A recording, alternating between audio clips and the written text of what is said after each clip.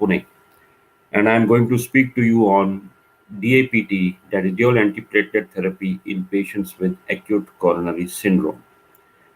Now, this year 2020 marks the 24th anniversary of the publication of the first randomized clinical trial to establish the superiority of dual antiplatelet therapy over anticoagulant therapy among patients undergoing angioplasty.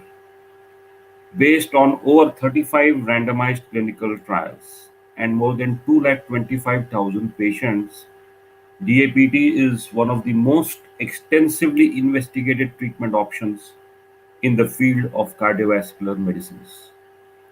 Now we know that dual antiplatelet therapy includes a combination of aspirin along with the P2Y12 inhibitor, and it is recommended in patients with acute coronary syndrome, patients undergoing angioplasty, patients undergoing bypass surgery, and even in patients who are just undergoing medical therapy following an acute coronary syndrome.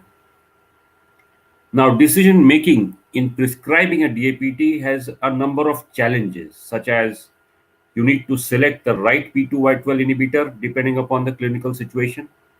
You also need to determine the optimal duration of DAPT, and we need to minimize the risk of ischemic and bleeding complications. Now, what are the antiplatelet agents which are available to us? So, besides aspirin, the P2Y12 inhibitors available to us are clopidogrel, prasugrel, and ticagrelor. Now, we know that clopidogrel has a number of limitations. We have been using it for more than a decade, but it has a number of limitations. It is a weak antiplatelet agent. It has a variable antiplatelet response. There can be around 15 to 20% of patients who can be resistant to the action of clopidogrel. And being a prodrug, it requires activation to an active form and hence a slow onset of action. And to overcome these limitations, we have two drugs with us, which are again available with us for over 4 to 5 years. These are prasugrel and ticagrelor. Coming to prasugrel, it is a very potent antiplatelet agent, has an onset of action within half an hour, and it causes more than 80% platelet inhibition after giving the loading dose. It is very potent, but it has side effects of bleeding, and we need to be very cautious in using prasugrel in certain situations, such as in patients with stroke or prior TIA, where it is contraindicated, and we need to reduce the dose when the patient's age is more than 75 years of age or when the patient's body weight is less than 60 kgs. On the other hand, ticagrelor is also a very potent antiplatelet agent, very rapid onset of action within half an hour, can be used across the spectrum of acute coronary syndrome, whether the patient is undergoing angioplasty, bypass surgery, or medical management. Advantages, it has a very rapid offset of action. So the antiplatelet effect goes off very quickly. So you can take up the patient for surgery early if the patient is on ticagrelor. And it does not have the contraindications which are seen with prasugrel. So these are the advantages of these new molecules over clopidogrel. But whenever we choose an antiplatelet therapy, remember we need to balance the ischemic risk and the bleeding risk of the individual. Coming first to choosing the right P2Y12 inhibitor in patients with acute coronary syndrome. Now, this is a meta-analysis which compared the new antiplatelet agents with clopidogrel in patients with acute coronary syndrome, and this meta-analysis shows that the new P2Y12 inhibitors are much superior to clopidogrel in patients with acute coronary syndrome. They cause a significant reduction in mortality, significant reduction in the incidence of myocardial infarction, though there is an increased risk of bleeding, and we need to be careful when we use these agents. In order to guide us regarding the use of these agents in patients with acute coronary syndrome, we take the use of the European guidelines, which were published in 2017, or the American guidelines in 2016. Coming to choosing the right P2Y12 inhibitor. Now, both the documents, the European Society as well as the American College of Cardiology, recommend that if you have a patient of acute coronary syndrome, whether it is ST elevation MI or non-ST elevation MI, aspirin should be combined with either ticagrelor or prasugrel in preference to clopidogrel. So it's very clear that both these agents are superior to clopidogrel, and if you have a patient with an acute coronary syndrome, the P2Y12 inhibitor of choice is either ticagrelor or prasugrel. Now, coming to patients with non-ST elevation myocardial infarction. Now, remember, whenever we give clopidogrel, we need to pre-treat because it has a slow onset of action. In order to achieve its optimal onset of action, we need to give it at least 3 to 4 hours prior to the uh, coronary intervention. Same would apply to ticagrelor. But now the new guidelines, which have been published a couple of months ago regarding the treatment of patients with non-ST elevation myocardial infarction, the European guidelines clearly state that when you choose between ticagrelor and prasugrel, based on the ISA React 5 trial, which showed that prasugrel was superior to ticagrelor, they recommend that prasugrel should be preferred over ticagrelor for non-ST elevation MI patients who proceed to PCI. This is given a type 2A indications, but more or less in our clinical practice, we are much more comfortable in choosing ticagrelor over prasugrel because of its ease of administration and because of less bleeding, which we have seen in our clinical practice. But the new guidelines state very clearly that there is no need to pre-treat with either of these two agents. We know that whenever you need to give prasugrel, you need to give prasugrel only after you know the coronary anatomy, that is in the cath lab after the angiogram when the patient is going for an angioplasty. Prasugrel is not to be given in the ICUs. Prasugrel is not to be given in the casualty. Similarly, the new guidelines by the European Society state very clearly that there is lack of evidence of pre-treatment even with ticagrelor. So even ticagrelor can be given just after the angiogram, and it is not recommended to administer routine pre-treatment with a P2Y12 inhibitor in patients in whom coronary anatomy is not known and you are planning an early invasive management, because one of the reasons could be that the patient may be going for CABG, where you may unnecessarily delay the CABG process, or the pre-treatment strategy may be risky for some patients who develop bleeding complications or who have some other diagnosis of the chest pain, such as aortic dissections.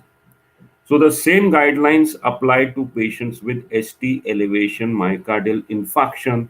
The difference is in thrombolysis. Now, what about dual antiplatelet therapy after thrombolysis in patients with ST elevation myocardial infarction? Now, both the trials, the Triton TIMI 38 trial with prasugrel and the Plato trial with clopidogrel, excluded patients with ST elevation myocardial infarction.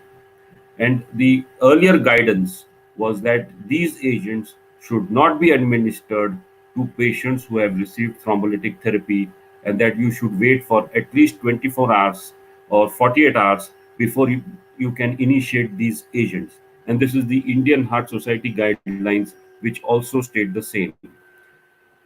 Whereas now, with the recent European and American guidelines, they give ticagrelor a class 1B indication, and that ticagrelor can be given early after 11 to 12 hours of thrombolytic therapy, and this is based on the TREAT study.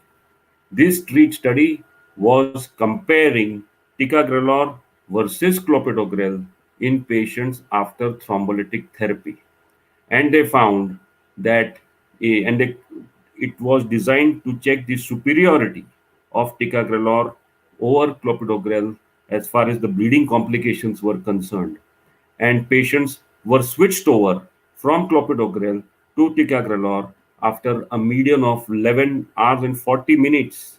And what did they find? That there was no increased risk of bleeding. So, in conclusion, in patients who are who have ST elevation MI and who receive thrombolytic therapy, you can switch over to ticagrelor in the first 24 hours as early as 12 hours after thrombolytic therapy, and there is no increased risk of bleeding with ticagrelor. Now, the important decision that we need to take after choosing the P2Y12 inhibitor is to see how long we need to give the DAPT or the duration of DAPT. Now, the guidelines are very clear that if there is no high bleeding risk and if the patient tolerates the DAPT, we need to continue DAPT for at least 12 months. Remember, whenever you give DAPT, the aspirin dose should be low, 75 to 100 milligrams, and we need to prefer ticagrelor and prasugrel over clopidogrel. But if the bleeding risk is high, then you need to continue DAPT for 6 months, and you can stop DAPT after 6 months and then continue with single antiplatelet agents. Similarly, in patients who are medically managed, that is, patients who are, when you do an angiogram, you do not find significant coronary artery disease, and you triage this patient for medical therapy, even in these patients, we need to continue DAPT for at least 1 year. But if there is a high bleeding risk, you can stop DAPT after 1 month. What about patients who require oral anticoagulant therapy? Now, we know in clinical practice, in around 5 to 15% of patients, who they may require oral anticoagulant therapy in addition to dual antiplatelet therapy. For example, patients with atrial fibrillation. Now we know that patients with atrial fibrillation require oral anticoagulation, and the oral anticoagulants that we normally prefer nowadays are the new oral anticoagulant agents, or the NOACs over warfarin or acetron.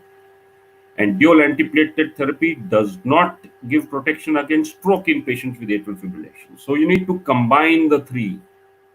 Now, what are the guidelines? The European guidelines are very clear that after an angioplasty, if you need to continue with triple therapy, you need to assess the bleeding and ischemic risk by the scoring system, by the CHADS-VAS score in patients with atrial fibrillation.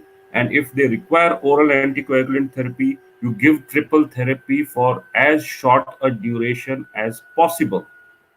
And the guidelines state that you need to give it for a month if the bleeding risk is high, or if the bleeding risk is low and the ischemic risk is high, you can continue triple therapy for 6 months. Now, what does this triple therapy include? This triple therapy includes aspirin in 75 milligram daily. The other P2Y12 inhibitor in triple therapy, which is preferred, is clopidogrel. We do not use ticagrelor or prasugrel in triple therapy, and the oral anticoagulant which is preferred is a NOAC and not warfarin. Now we have data now with all the three NOACs in patients with acute coronary syndrome. We have data with the dabigatran, with rivaroxaban, and with apixaban. We have large trials, the uh, uh, trials of Pioneer AF redual PCI trials, which clearly state that in patients with atrial fibrillation, you can combine all these three drugs. But the most robust data is from the Augustus trial, which shows both, which shows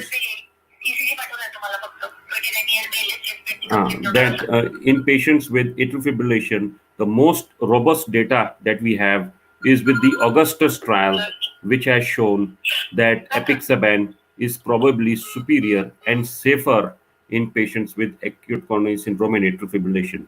So, what do I follow in clinical practice? I give apixaban 5 milligram twice daily, aspirin and clopidogrel for 1 month. After 1 month, I stop the aspirin and I continue with dual therapy of clopidogrel and apixaban for up to 1 year. And at the end of 1 year, you need to stop the antiplatelet and just continue with the oral anticoagulant therapy. And now the recent European guidelines published last month clearly state that if you have patients with atrial fibrillation, give triple therapy only for a week after the acute event, and after that continue with dual therapy for up to 1 year, and then continue with single antiplatelet therapy for continue with oral anticoagulant therapy only after 1 year. So these are the recommendations which are there for atrial patients with atrial fibrillation who require dual antiplatelet therapy as well as the oral anticoagulation. Now, what about the duration of DAPT? Now, we have seen in clinical practice, the guidelines state that you need to continue DAPT for 1 year. But there are clinical situations where you may require to give DAPT for uh, more than 1 year. What are these clinical conditions? For example, if the patient has diabetes with multivessel disease. For example, if the patient has multiple stents which are put in, stents put in important locations like left main and proximal LEDs, where I'm not comfortable in stopping DAPT after 1 year. In these situations, we need to continue DAPT for more than 1 year. And whenever we have continued DAPT for more than 1 year, what have we seen? That it definitely lowers the ischemic events, but there is increased risk of bleeding. So we need to be careful. So as I said, the clinical situations and which favor longer DAPT can be either patient related, like history of diabetes, renal dysfunction, heart failure, previous stent thrombosis, could be anatomy related if there is multiple blocks, if there is multivessel disease, if we have put in multiple stents, long stents, or you use first generation stents, you need to continue DAPT for more than 1 year. These are the four trials which have looked at extended DAPT beyond 1 year.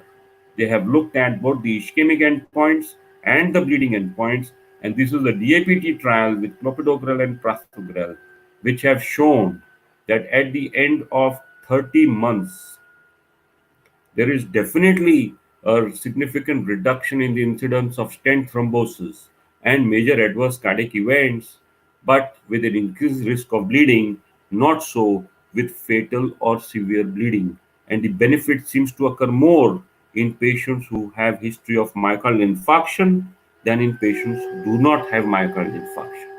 Similarly, with ticagrelor, we have the Pegasus TIMI 54 trial, which was conducted in patients beyond 1 year of DAPT. Those who had an MI 1 to 3 years prior, they received two doses of ticagrelor, 60 milligram and 90 milligram. Both these doses were compared with placebo. And what did they find? That there was a significant reduction in the composite endpoint of death, MI, and stroke, with an increased risk of bleeding, but no high risk of major or fatal bleeding. So you can safely continue for up to 3 years after the PCI or after an acute coronary event if the ischemic risk is high with aspirin and ticagrelor. Remember, after 1 year, you need to reduce the dose of ticagrelor from 90 milligram to 60 milligram, because ticagrelor 60 milligram showed similar results as 90 milligram, though with less bleeding. Now we have certain scoring systems which help us to decide which patient we need we can safely continue DAPT beyond 1 year. And one of these scoring systems is the DAPT score from the DAPT trial, which includes 9 parameters. And it takes into consideration these 9 parameters. And if you have a score of more than 2, then you can safely continue DAPT for more than 1 year. There will be less risk of bleeding. If the score is less than 2, then you have to be very careful and probably avoid DAPT continuation beyond 1 year. Now, since bleeding is such an important determinant of prognosis, there is a precise DAPT score which takes into consideration the bleeding score. It takes into consideration 5 parameters, and usually when the patient is started on a DAPT, we assess the patient's bleeding risk by having this precise DAPT score where the cutoff is 25. And if the precise DAPT score is more than 25, that means there is high bleeding risk, then you need to shorten the duration of DAPT. So, taking the advantage of both these precise DAPT score and DAPT score, it can help us to determine which patients will receive DAPT for a short or long duration. So, just before starting DAPT, if you assess the bleeding risk by precise DAPT score, and if the precise DAPT score is more than 25, that means there is high bleeding risk. You need to continue DAPT for only 6 months. If at the end of 1 year of DAPT, if the DAPT score is more than 2, that means the bleeding risk is less, you can safely continue DAPT for more than a year, and the data that we have is up to 3 years from the Pegasus trial. So, what are the options which are available to us beyond 1 year? So, we have a patient now whom we feel that the ischemic risk is very high and we need to continue DAPT for 1 year. What options do we have? The options are clopidogrel, prasugrel, ticagrelor, or a new agent, that is the vascular dose of rivaroxaban from the COMPASS trial.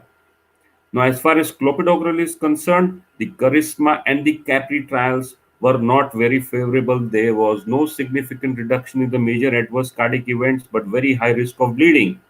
So, probably clopidogrel is not the right drug to continue. Prasugrel, medically managed patients with prasugrel, the Trilogy ACS trial was negative, and probably again prasugrel to continue beyond 1 year is probably not the right choice. So we are left with two drugs, ticagrelor and rivaroxaban vascular dose. Pegasus trial showed us that 60 milligram of ticagrelor is safe, less bleeding, and also there is significant reduction in major adverse cardiac events. You can continue ticagrelor 60 milligram twice daily beyond 1 year combined with aspirin. But the other regimen is the dual platelet inhibition, where we have inhibition of platelets with aspirin, and we have antithrombotic effect with rivaroxaban, which is a factor 10 inhibitor in a vascular dose of 2.5 milligram twice daily. In the COMPASS trial, showed that there was significant reduction in major adverse cardiac event as well as reduction in cardiovascular mortality, and probably is the only antithrombotic regime which shows significant reduction in all-cause mortality. So what I would choose beyond 1 year, I would choose between ticagrelor 60 milligram and rivaroxaban 2.5 milligram twice daily. Which agent to choose would depend upon the clinical situation and the clinical criteria as has been outlined in the Pegasus and the COMPASS trials. But nowadays, we tend to go shorter. Why? Because there is evolution in stent design. We have better stents, and stents have shown, the second and third generation stents have shown that you need not continue DAPT for more than 1 year. Also, the implantation techniques have improved. We are using imaging for implantations, and we understand the bleeding implications better. Also, which are the patients who have high bleeding risk? Now, these are the patients who have high bleeding risk. If the age is more than 75, if they have comorbidities such as presence of CKD, liver disease, active cancer, if they have low platelet counts, or if they have had a history of bleeding in the past, or if they are on other drugs like oral anticoagulants, which would increase the risk of bleeding. In these situations, we need to reduce the we need to have a different strategy of DAPT in order to reduce the ischemic risk, in order to reduce the bleeding risk without compromising the ischemic risk. So, what options do we have in patients who have high bleeding risk? These are the three options, or these are the three strategies. One, shorten the duration of DAPT. Give DAPT for a short duration of time. Second, de-escalate. Go from more potent agents to less potent agent. That is, go from switch over from ticagrelor or prasugrel to clopidogrel. And the third strategy, which is recently being investigated very extensively, is aspirin withdrawal, that you withdraw the aspirin and just continue with P2Y12 monotherapy. We will be going through all these three. So how short can we go? So the first strategy is shorten the duration of DAPT. So the guidelines say that if you have a patient who has high bleeding risk with acute coronary event, give dual antiplatelet therapy for 6 months. But is 6 months short enough, or do we need to go to less than 90 days or 30 days? Now there are a lot of trials which have investigated this, and they have all been very, very consistent in providing us with the message that shortening the duration of DAPT does not cause reduction in ischemic risk, but definitely the bleeding complications are reduced. But this may not be the case, as was shown by the SMART DATE trial. In this trial, they gave DAPT for 12 months in one group, and they gave DAPT for 6 months in the other group. And after 6 months, they continued with only aspirin. And what did they find? That patients in whom DAPT was reduced to 6 months only and aspirin was continued did not do well. There was an increased risk of MI and stent thrombosis. So, why? Because aspirin was continued after stopping the DAPT. So, probably it is not a good strategy to stop DAPT early and then continue with aspirin. That is where the new strategy has come about, where you can safely withdraw aspirin and continue with P2Y12 inhibitor. And these are the 7 trials which have looked at DAPT stopping early and then continuing with P2Y12 inhibitor rather than aspirin. The global leaders, the Stop DAPT2 trial, the Smart Choice trial, the TWILIGHT TICO, Stop DAPT2, and the ASSET trial. These trials mostly included ticagrelor as the P2Y12 inhibitor.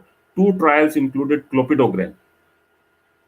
And in these trials, the message was very clear that if you withdraw aspirin after 1 to 3 months and continue with P2Y12 inhibitor, there is less bleeding risk without compromising the ischemic risk and without increasing the ischemic outcomes.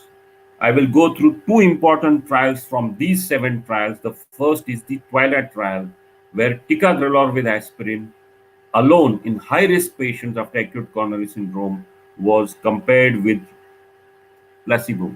And what did they? It was a very large trial in 187 sites across 11 countries.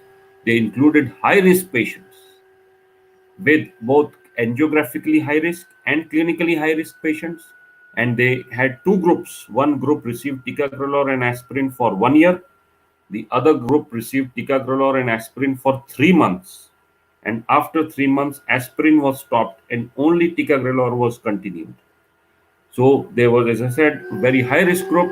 They were all troponin positive ACS. They had established vascular disease. They were diabetics, and some of them had CKD. Angiographically, they had left main disease in some patients. They had more complex anatomies, and they had long lesions. So very high risk patients. And what did they find? They found that at the end of 1 year, there was a 53% reduction in the incidence of DARC2, 3, or 5 bleeding without an increased risk of death, MI, or stroke. So the TWILIGHT ACS trial concluded that even in high-risk patients who undergo angioplasty, you can continue aspirin and clopidogrel for 3 months. And following this, just continue with ticagrelor. It substantially reduces the risk of bleeding without increasing the ischemic events. Similar results were shown by the TICO trial, which is a Korean trial, where again ticagrelor monotherapy after 3 months was compared with standard therapy. And in this trial, also they found that ticagrelor monotherapy after 3 months of DAPT was superior to standard therapy for 12 months. And ticagrelor monotherapy was effective at preventing the net composite ischemic and bleeding event. So now we are coming to a strategy that if you have a patient with high bleeding risk and if you need to reduce the duration of DAPT, then probably it is better to combine ticagrelor with aspirin for 3 months. And at the end of 3 months, you can safely stop the aspirin and continue only with ticagrelor. Now, the other strategy is to de-escalate. That is, you go from more potent agents to less potent agent like clopidogrel. And this was a very small trial, the topic trial with 645 patients only with acute coronary syndrome, which showed us that at the end of 1 month, when you switch over from ticagrelor or prasugrel to clopidogrel, there is no difference was reported on the ischemic endpoints, but there was a significant reduction in the bleeding endpoints. And so was the tropical, this was followed by the tropical ACS study, where they did platelet function testing at the end of 14 days after receiving prasugrel. And when they found that the patient was not clopidogrel resistant, they switched them over to clopidogrel. And when you switch over from ticagrelor or prasugrel to clopidogrel at the end of 14 days, they found that there was non-inferiority for ischemic events, but less bleeding associated with this strategy of de-escalation. And this was given a type 2B indication by the European Society.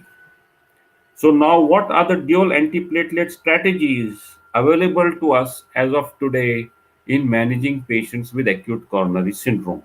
So if you look at the middle bar, you will see that according to the DAPT guidelines, if there is no high bleeding risk, you need to continue dual antiplatelet therapy for up to 1 year. If there is high bleeding risk, you need to reduce the duration of DAPT to 6 months.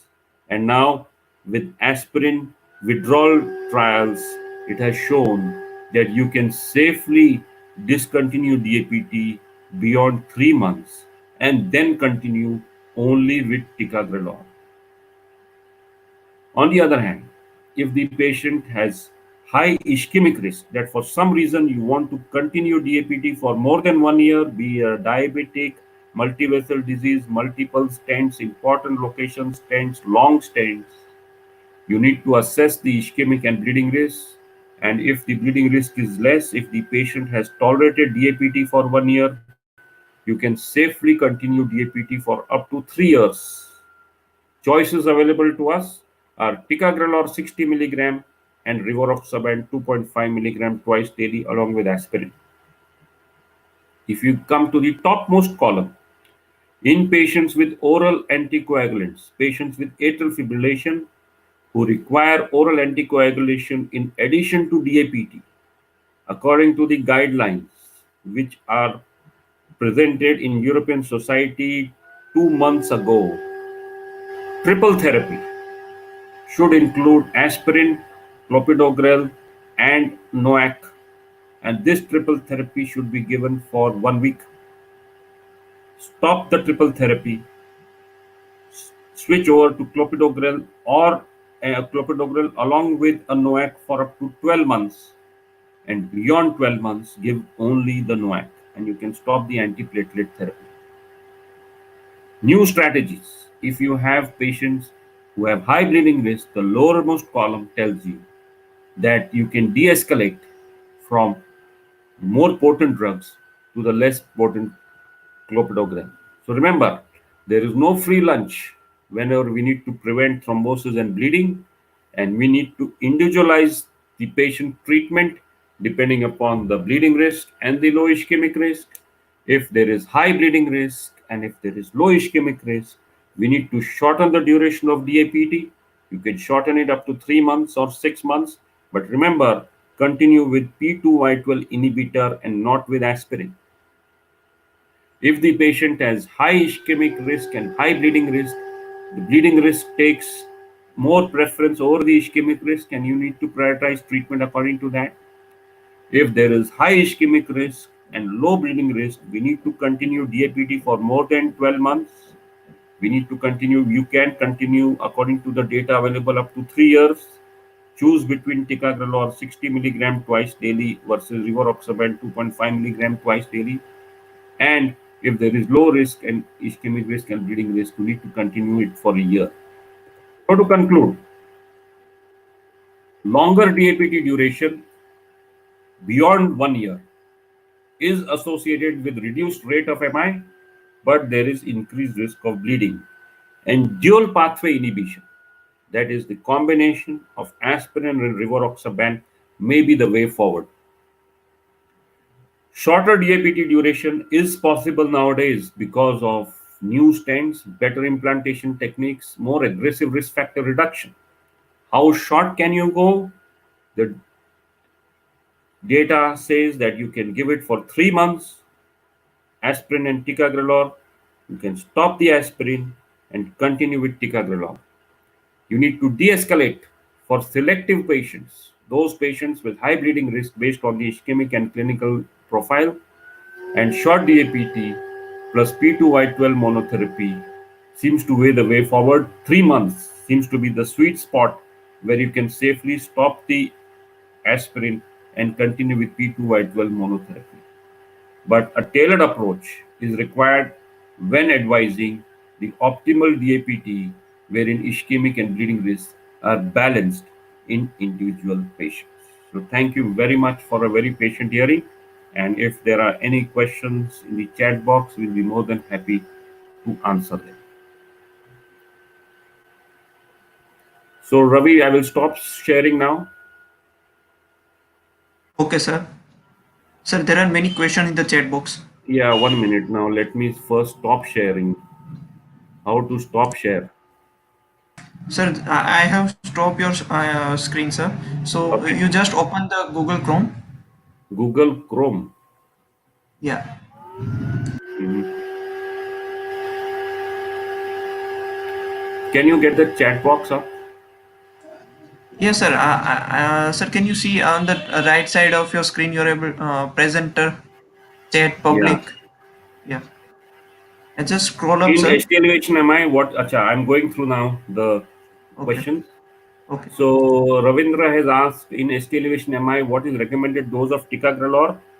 See, in ST elevation, am I ticagrelor 90 milligrams is the recommended dose. Up to 1 year, the dose which has been studied in patients with ST elevation MI is 90 milligram twice daily of ticagrelor up to 1 year. The 60 milligram dose of ticagrelor has been studied only after 1 year in the Pegasus trial. So, in patients with ST elevation MI, the dose of ticagrelor is we give a loading dose of 180 milligram and then follow it up with 90 milligram twice daily. In patients with ST elevation myocardial infarction, those who are undergoing primary angioplasty, as soon as the patient's angiogram is done and we find an occluded artery and he needs to undergo primary angioplasty, we give him 2 doses of ticagrelor, irrespective of whether he has received uh, clopidogrel earlier or not. Most of them receive clopidogrel from their general practitioners and come to us. Does not make a difference. As far as treatment with thrombolysis is concerned, if the patient has been thrombolized, you can normally the practice is that once the patient is thrombolized, next day we take up the patient for an angiogram, and next day you can safely switch over from clopidogrel to ticagrelor. That is what the treat trial has shown us, that after 12 hours you can safely switch over without increasing the risk of bleeding. It is safe. Yeah, so Dr. Varun Chavan asks whether in patients with stroke, atrial fibrillation, stroke, can we use triple drug along with dabigatran? What is your opinion? Yes, it can be used. We have data with all three drugs in patients with atrial fibrillation and those who are undergoing angioplasty. We have data with dabigatran, we have data with rivaroxaban, we have data with apixaban, the Pioneer AF, the dual PCI, and the Augustus trial. Data is there with all three drugs and you can use either of these three drugs in combination for triple therapy. Remember, with triple therapy, we need to keep it as short as possible. The earlier guidelines stated 1 month. Now, the recent guidelines by the European Society on the management of patients with non-ST elevation myocardial infarction say that the default strategy should be to give it for 1 week and then switch over to dual therapy. But if you have high ischemic risk, if you feel that the risk of stent thrombosis is high, then you can extend triple therapy for a month and you can use dabigatran. The advantage of using dabigatran is we have a reversal agent which is available for dabigatran, which is not yet available for the other two agents. And remember, you need to give the optimal dose, but if there is high risk of bleeding, you can give the 110 milligram BD dose of dabigatran.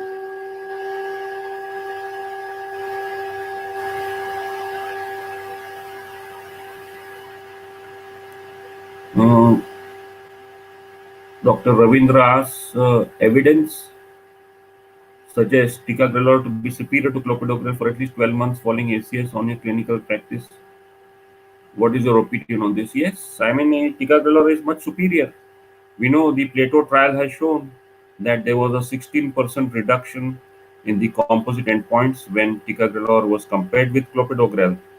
So if you have a patient with acute coronary syndrome, it is very clear that in my clinical practice and in all the guidelines it is stated very clearly, ticagrelor is to be preferred over clopidogrel, irrespective of the treatment strategy, irrespective of the whether the patient is undergoing an angioplasty, the patient is undergoing bypass surgery, or the patient is undergoing medical management.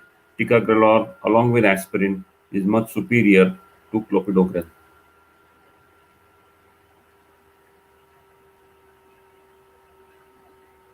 Again, Dr. Ravindra has asked, comparing efficacy of clopidogrel and ticagrelor in treating ALD, which is having better efficacy. I mean, we know that ticagrelor is superior and it has better efficacy and it has got a lot of advantages. It is a much more potent antiplatelet agent. It causes more than 80% inhibition of platelets. It has got a very rapid onset of action, up to 30 minutes, and hence, near the recent guidance is very clear. You need not pre-treat. See, earlier, some people, what they used to do, that if you have a patient who is for an angiogram, you can load them with, they used to load with ticagrelor and then take up for an angiogram. Now this loading or pre-treatment with ticagrelor is not required. So if you do an angiography, and on angiography, if you find that there is a block and you want to proceed with angioplasty, you can safely give ticagrelor at that time. You need not pre-treat. And the other advantage is that it has a very rapid offset. So the platelet function recovers quickly within 3 to 5 days after stopping ticagrelor as compared to prasugrel, which takes 7 days. And hence, if the patient needs to undergo some surgery, whether it is CABG or whether it is non-cardiac surgery, it is safer to be on clopidogrel, on ticagrelor, than to be on prasugrel. Dr. Gitanjali asks, can we give ticagrelor along with dabigatran? Yes. I mean, the preferred antiplatelet drug agent is clopidogrel. Whenever you have uh, and triple therapy, in triple therapy, it is better to give clopidogrel. Ticagrelor and prasugrel are not advised. But there was, in all these trials, a few percentage of patients where clopidogrel was used, where ticagrelor or prasugrel was used when they had high bleeding risk. And in them also it was found to be quite superior. So you can combine ticagrelor along with dabigatran. Remember, the dose of dabigatran needs to be 110 milligram. According to your clinical practice, which antiplatelet is having major bleeding risk? See, we were always having, we were in our clinical practice, we have seen more bleeding with prasugrel. And even in the Triton TIMI 38 trial, bleeding risk was much higher, especially the groin complications were much higher when the patient received prasugrel. And we were all surprised by the ICER React 5 trial, which showed that it was superior to clopidogrel. And that does not seem to have changed our practice much. We still prefer ticagrelor over prasugrel in our clinical practice because we still feel that in clinical practice, the bleeding risk with prasugrel is much higher than with ticagrelor. Now, Dr. Ashutosh Pakle asks, after how many days of PCI we can prefer Ticabid 60 milligram? Yeah, I mean, see, after 1 year. So, for we have data that up to 1 year, you must give aspirin with 90 milligram twice daily dose of ticagrelor. And after 1 year, you can switch over from 90 milligram to 60 milligram because the Pegasus trial showed that both the doses were equivalent when ischemic endpoints was concerned, but there was lesser bleeding with 60 milligrams. See, after 1 year, the chance of stent thrombosis reduces. So you can safely reduce from 90 to 60 milligram. That time beyond 1 year, you're much more concerned that there should not be increased bleeding risk. And hence, after 1 year, you switch over from 90 to 60 milligram. Now, Dr. Rajkumar Toshniwal asks how minimum required duration for ticagrelor. So, as I said, the duration of dual antiplatelet therapy should be at least 1 year if there is no high bleeding risk.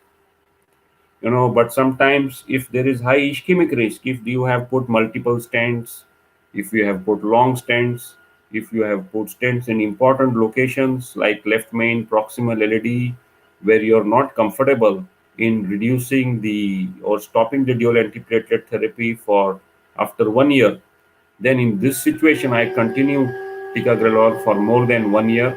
And the data that we have is that we give it for 3 years. And but remember that beyond 1 year, you need to cut down the dose from 90 to 60 milligram.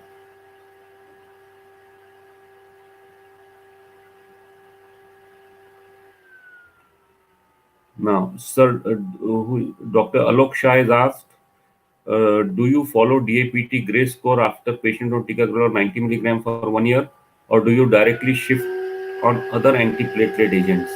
See, I mean, if you look at the parameters which are there in the DAPT score, see, in our clinical practice, we don't have time to go through scoring systems to decide, but usually we take into consideration whether the patient has high bleeding risk or not.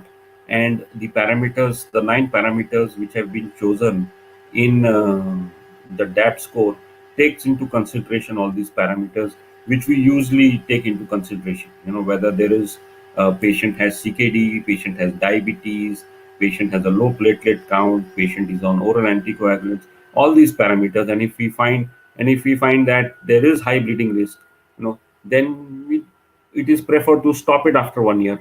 But if there is none of these bleeding parameters, and if the patient has tolerated DAPT for 1 year, then there are less chances that he's going to bleed after 1 year. So it is better. And if you need to continue, you need to continue with antiplatelet beyond 1 year. Long Again, Rajkumar Tosniwa asks how longest duration for which ticagrelor can be safely prescribed. As I said, we have data up to 3 years with the Pegasus trial. So beyond 3 years, there is no data. But usually, if I give it for 3 years, if I feel that the patient requires to be given the drug, if he has multivessel disease, diabetes, and if there are multiple stents, or if he has had an ischemic episode in between, I continue it for 3 years. The question asked is, how do I, by Dr. Chavan, how do I switch over from among antiplatelet agents after PCI? See, there is a definite algorithm which is given by the European Society as far as switching over is concerned. And remember that switching over, whenever you switch over from a more potent agent to clopidogrel, you need to always load the patient. So you need to load the patient when he is on ticagrelor and or prasugrel, and you stop these agents, and you need to give clopidogrel. You must load the patient with 300 milligrams of clopidogrel. Similarly, in patients with acute coronary syndrome, if you are switching over from clopidogrel to ticagrelor or prasugrel, load the patient whenever you want to give. In patients with stable coronary artery disease, when you are switching over to clopidogrel, you again need to load, but when you are going up to more potent agents, there is no need to load. So depending upon the acute coronary syndrome or stable coronary artery disease, you decide. And if you are mostly with acute coronary syndrome, always load the patient when you are switching over to other agents. Dr. Alok has asked, how about 60 milligram ticagrelor usage in your daily practice for recent updating? Yeah, I mean 60 milligram I use very frequently beyond 1 year. So beyond 1 year, very frequently, if the patient is requiring dual antiplatelet therapy, I combine aspirin 100 milligram or 75 milligram with ticagrelor 60 milligram twice daily. Now, Dr. Gaikwad has asked, how long do we continue ticagrelor after PCI and CABG? As I mean, PCI we have already answered. CABG again. If the patient has had an acute coronary event, I continue it for a year, and beyond 1 year, there is no data to continue with the ticagrelor. You can safely stop, unless the patient has ischemic episodes. I would continue on single antiplatelet.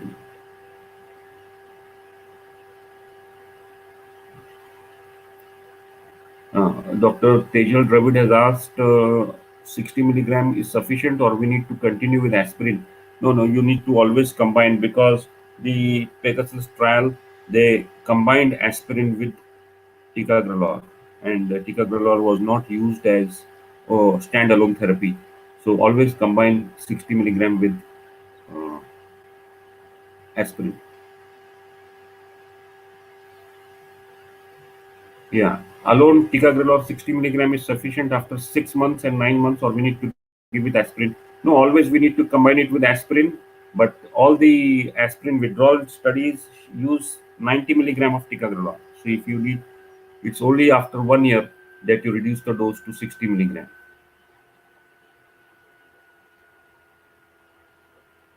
Now, Dr. Malviya has asked, which statin has more pleiotropic benefits in secondary prevention, atorvastatin or rosuvastatin? See, we have data from both the from both the statins. You know, you have large trials with atorvastatin 40-80 milligram. With rosuvastatin, you have the lunar study. Now, pleiotropic benefits. You know, nowadays the definition of secondary prevention with statins has changed. LDL reducing is more important. So it depends upon the LDL. If the target of LDL that we keep nowadays for secondary prevention is less than 70 or maybe even up to 55, and if the patient has very high risk, less than 40.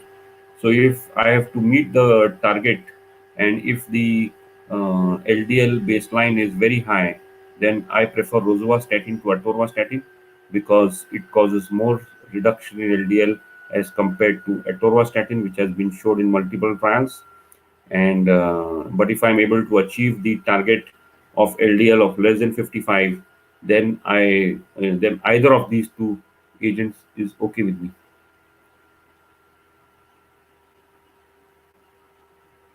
Dr. Kishore Palande asks, can we use ticagrelor 60 or 90 milligram in AMI patients instead of clopidogrel and aspirin? Yeah, I mean, see, now it has been shown that in patients with ST elevation MI, the preferred P2Y12 inhibitor to clopidogrel is ticagrelor. So you must use ticagrelor in all patients, whether the patient has undergone primary angioplasty or the patient has undergone angioplasty after thrombolysis, of the patient is in on medical management.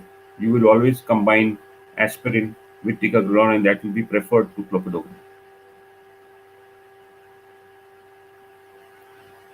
Yeah. So Ravi, we have come to the end. I think there are no more questions in the chat box.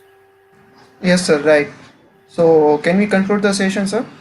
Yeah. So thank you very Okay. much, friends, for listening to me, and I hope we have all learned. Whenever we present any webinar, we learn a lot, and I am sure that you have also learned a bit, which can help you in your clinical practice. Thank you very much. Okay, sir. Thank you. Thank you for your insightful and educated talk, sir. Thank you. Thank you.